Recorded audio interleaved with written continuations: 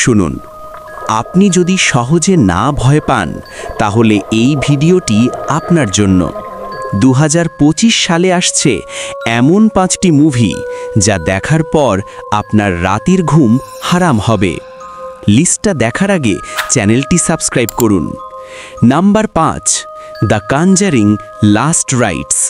Add এবং Lorraine ওয়ারেনের শেষ লড়াই ভাবছেন? সিরিজের শেষ মুভি মানেই চূড়ান্ত ভয় আর অপ্রত্যাশিত প্যারানর্মাল কার্যকলাপের বিস্ফোরণ। Number 4, Final Destination Bloodlines lines.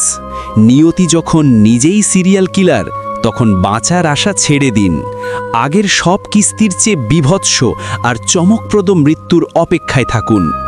Number 3, 28 years later. Fast paced zombie হররের মাস্টারপিস।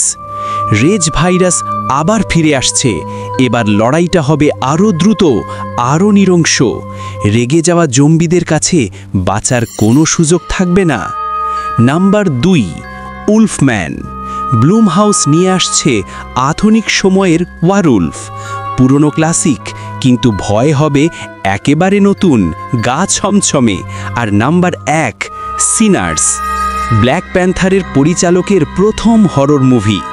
মাইকেল বি জর্ডানকে দেখা যাবে সাউদার্ন গথিক ভ্যাম্পায়ারের গল্পে।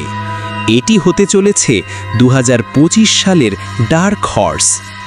এই 5টির মধ্যে কোনটি আপনার কাছে সবচেয়ে ভয়ঙ্কর মনে হচ্ছে নিচে কমেন্ট করে জানান।